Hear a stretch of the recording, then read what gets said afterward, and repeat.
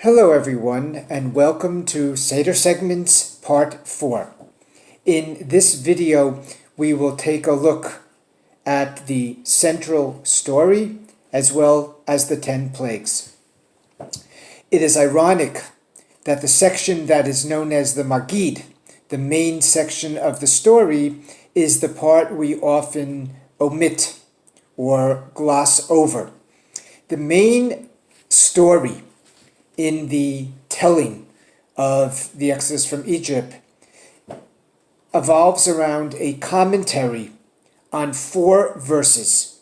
These 4 verses were originally in the Torah, and they refer to the history of Israel from the time that Jacob was wandering, working for his uncle Laban, until the time that the Israelites were freed from Egypt. Jacob goes to Egypt and settles there, and the people become great, and they're enslaved, and God frees them. Now, we ignore most of this central story because it appears to be a little bit more academic and, frankly, less glamorous. So, if you are inclined not to read this Magid, the main story in its entirety, then contribute your own family stories, which contemporize the themes of the Exodus from oppression. Remember that later on, we read a verse, B'chol dor vador chayav adam lirot et atzmo ke'ilu hu yatsa mimitzrayim. Every generation we are supposed to regard ourselves as if we personally left Egypt. So, if sitting around the table, by phone, by Zoom, however you conduct your Seder, if there are people who are born in other countries, let them share their stories about their upbringing and about coming to America. If you have parents or grandparents whose stories you remember, share one of those stories. If you have a story about growing up in America during a time of anti-Semitism, then take opportunity to share that story or those stories. And for college students or post-college students, you also have an opportunity to share some of the struggles that you may have faced on the college campus, whether with BDS or any kind of anti-Jewish or anti-Israel sentiment. This is really an opportunity to share these stories, and again to reaffirm how as Jews we just never give up.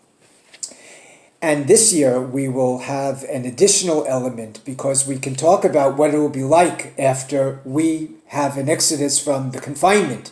What are we looking forward to doing? What are the things that we took for granted but now we will cherish once we are no longer confined to our homes? So those are some things to talk about concerning the story. Following the story, we mentioned the 10 plagues.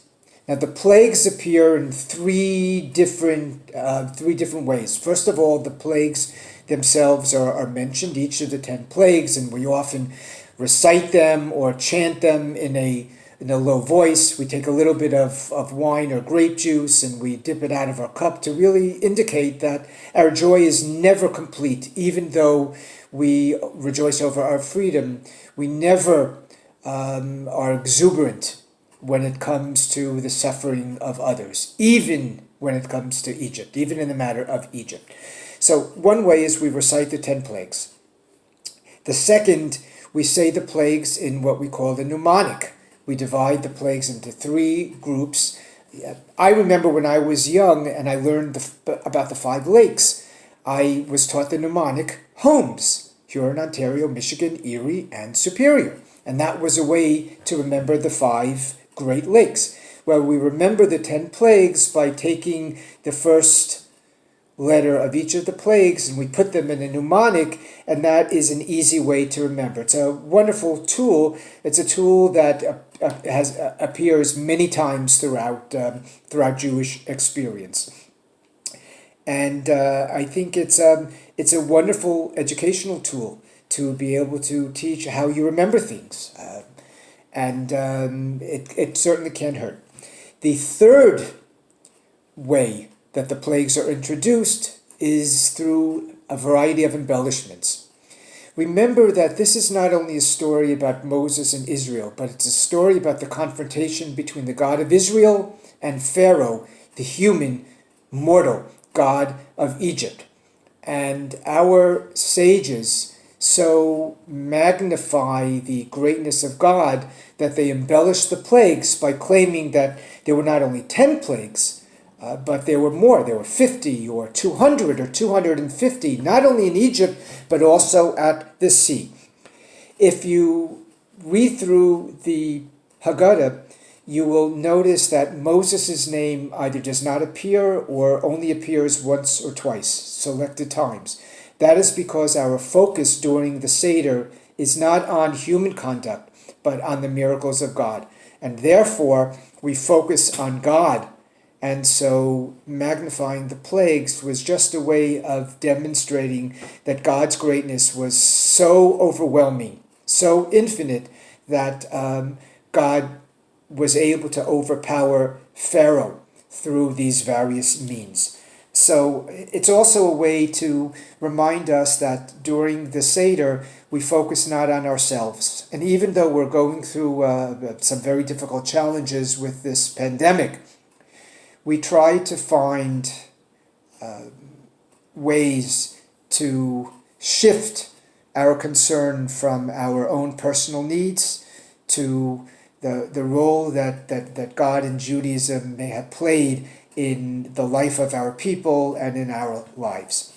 Finally, after the plagues, what more appropriate way to conclude than through Dayenu? Dayenu actually represents 15 experiences of freedom.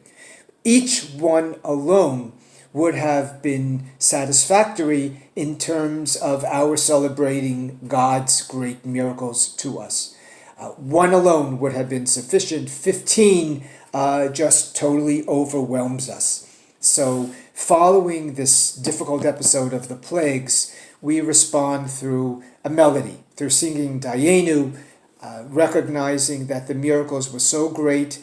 Every little miracle that we have is a cause for appreciation and joy. And so I would suggest that in the midst of this most challenging time, we take moments to recognize the small the small things, the little celebrations, the joys that we find in everyday human experience, in everyday Jewish experience. And so I wish you again a Chag Kasher V'Sameach.